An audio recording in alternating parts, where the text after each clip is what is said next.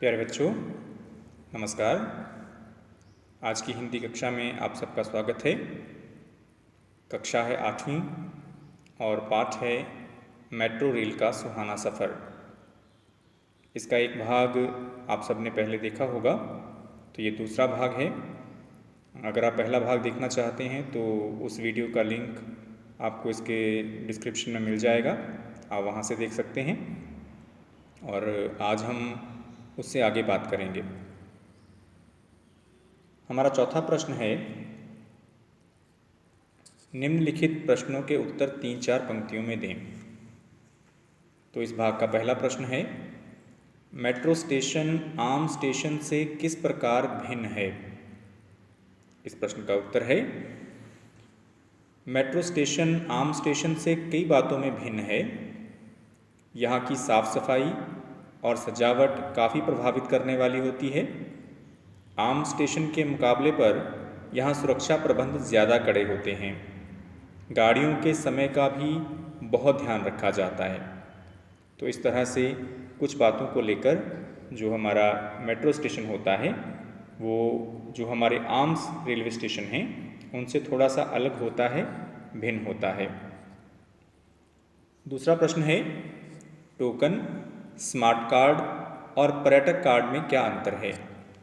अगर आपने इस पाठ को पढ़ा होगा तो ये सारे शब्द आपने इस पाठ में पढ़े होंगे, टोकन, स्मार्ट कार्ड और पर्यटक कार्ड।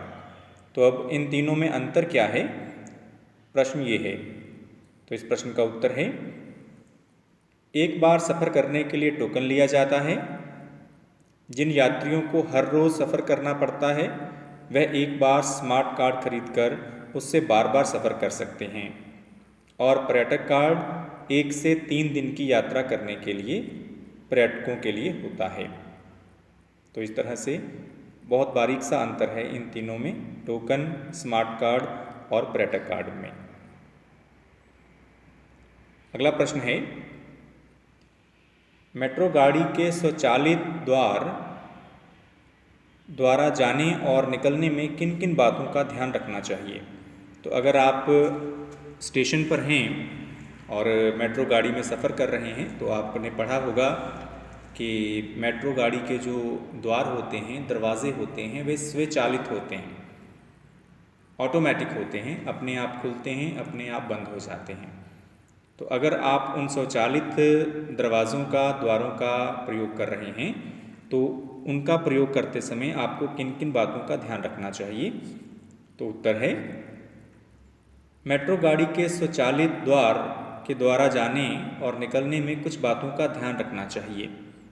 पहली बात, कभी भी जल्दी नहीं करनी चाहिए।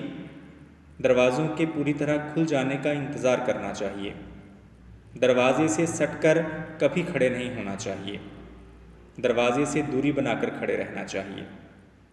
तो ये कुछ प्रश्न हैं जिनके उत्तर आपने 3-4 पंक्तियों में देने थे। तो अभ्यास का 5वां प्रश्न है, वचन बदलो। तो आप जानते हैं कि हिंदी भाषा में वचन 2 प्रकार के होते हैं, एक वचन और बहुवचन।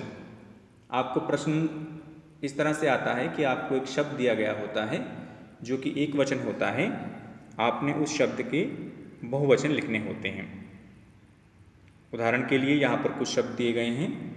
शब्द है खेल, खेल एक वचन शब्द है और इसका बहुवचन है खेलों।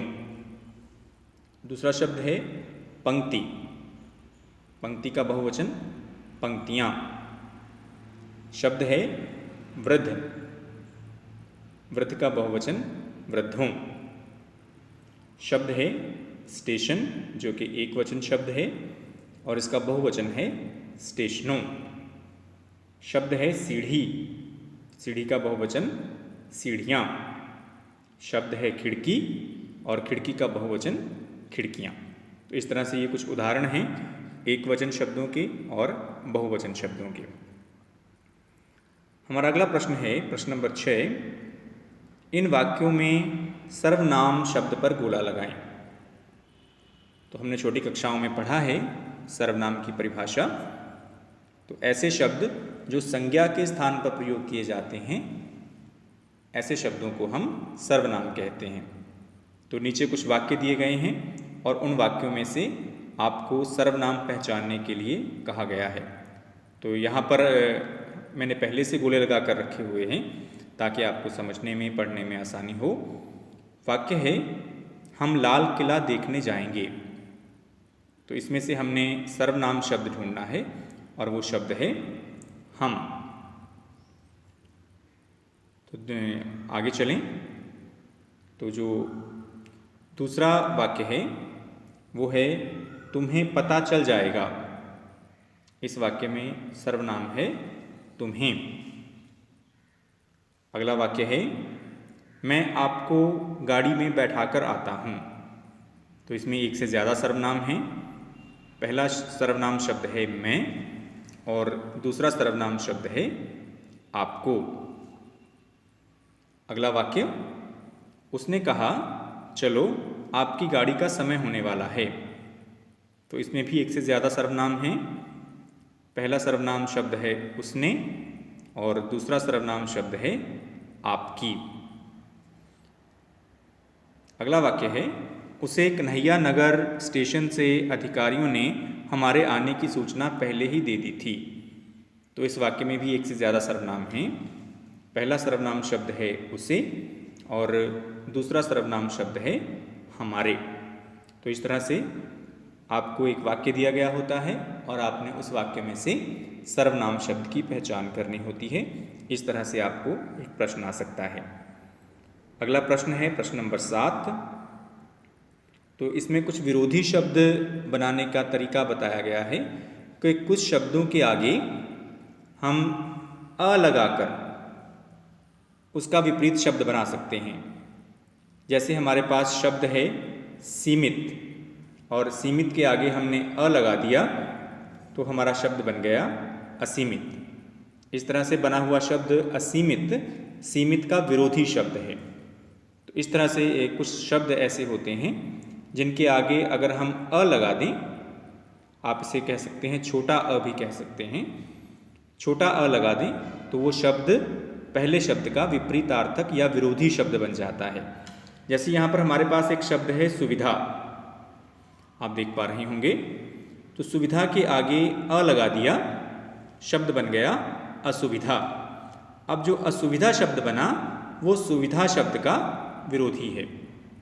इस तरह से अ लगाने से किसी शब्द का विपरीत शब्द बनाया जा सकता है। हालांकि ये हमेशा ऐसा नहीं होता है।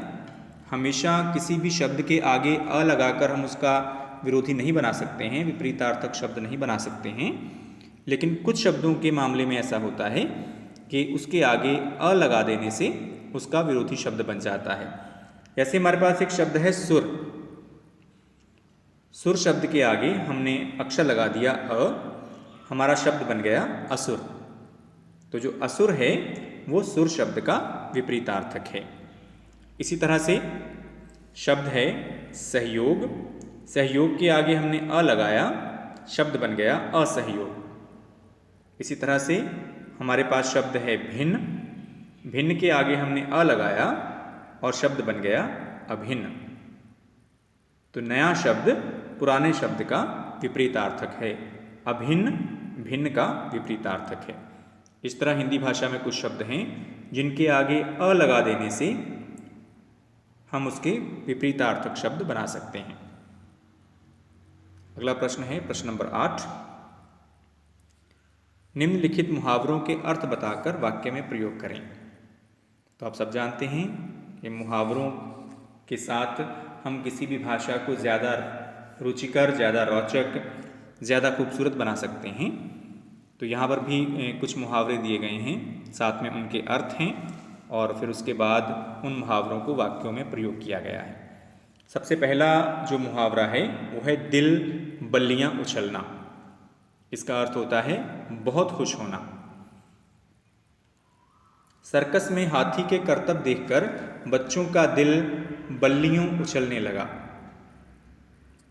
दूसरा मुहावरा है दंग रह जाना। इसका अर्थ है हैरान रह जाना। मेट्रो स्टेशन की सुरक्षा व्यवस्था देखकर बच्चे दंग रह गए। तीसरा मुहावरा है खुशी से झूम उठना। तो इसका अर्थ भी वही होता है, बहुत प्रसन्न होना, बहुत खुश होना। मेट्रो रेल की यात्रा करके बच्चे खुशी से झूम उठे। और एक मुहावरा है मन बहलाना। इसका अर्थ होता है मनोरंजन करना। छात्र शाम के समय खेल कूद कर अपना मन बहलाते हैं। तो इस तरह से कुछ मुहावरों को हमने वाक्यों में प्रयोग करने का अभ्यास किया। प्रश्न नंबर 9 है, तो यहाँ पर ये भी एक तरह से आपकी पहेली है कि कुछ शब्द दिए गए हैं, लेकिन उन शब्दों के जो अक्षर हैं वो बिखर गए हैं, इधर उधर हो गए हैं। हमने उन अक्षरों को सही क्रम में रखकर एक सार्थक शब्द बनाना है, एक ऐसा शब्द बनाना है जिसका कुछ अर्थ हो। जैसे पहला शब्द आप देखें तो अगर हम इस शब्द को पढ़ते हैं तो ये बनता है गाल रेडी, जबकि गाल रेडी हिंदी में कोई शब्द नहीं है। लेकिन जब हम इन्हीं शब्दों को सही क्रम में रखते हैं तो हमारा शब्द बन जाता है रेलगाड़ी, जो एक सार्थक शब्द है जिसका एक अर्थ होता है। इसी तरह से एक शब्द है पहाउर। अब पहाउर तो कोई शब्द नहीं, लेकिन जब हम इसको सही क्रम में रखते हैं, सभी अक्षरों को सही ढंग से रखते हैं, तो हमारा शब्द बन जाता है उपहार, जो एक सार्थक शब्द है। तो आपको याद होगा पिछले वीडियो में जब हम शब्दार्थ कर रहे थे तो हमने उपहार शब्द का अर्थ किया था भेंट, जिसे अंग्रेजी में हम गिफ्ट भी कहते हैं। तो और भी बहुत से उदाहरण हैं, एक दो उदाहरण और देख लेते हैं। तो यहाँ पर एक शब्द है रीजा कान। अब रीजा कान को जब हम सही रखते हैं क्रम में तो हमारे पास शब्द आता है जानकारी। इसी तरह से एक शब्द है लासफा। अब लासफा क्या शब्द है? कोई शब्द नहीं, इसका कोई अर्थ नहीं। लेकिन जब हम इसी शब्द के अक्षरों को सही क्रम में रखते हैं तो हमारे पास एक शब्द बन जाता है फासला, जिसका अर्थ होता है दूरी। इस तरह से और भी कई शब्द हैं। आप इन शब्दों को ध्यान से पढ़िएगा और इनका अभ्यास कीजिएगा, अपनी कॉपियों पर लिखिएगा। चलिए आगे चलते हैं। प्रश्न नंबर 10, निम्नलिखित वाक्यों में रेखांकित पदों में कारक बताएं। तो कुछ पदों को रेखांकित किया गया है, अंडरलाइन किया गया है। हमने इनमें कौन से कारक प्रयोग हुए हैं हमने वो बताना है।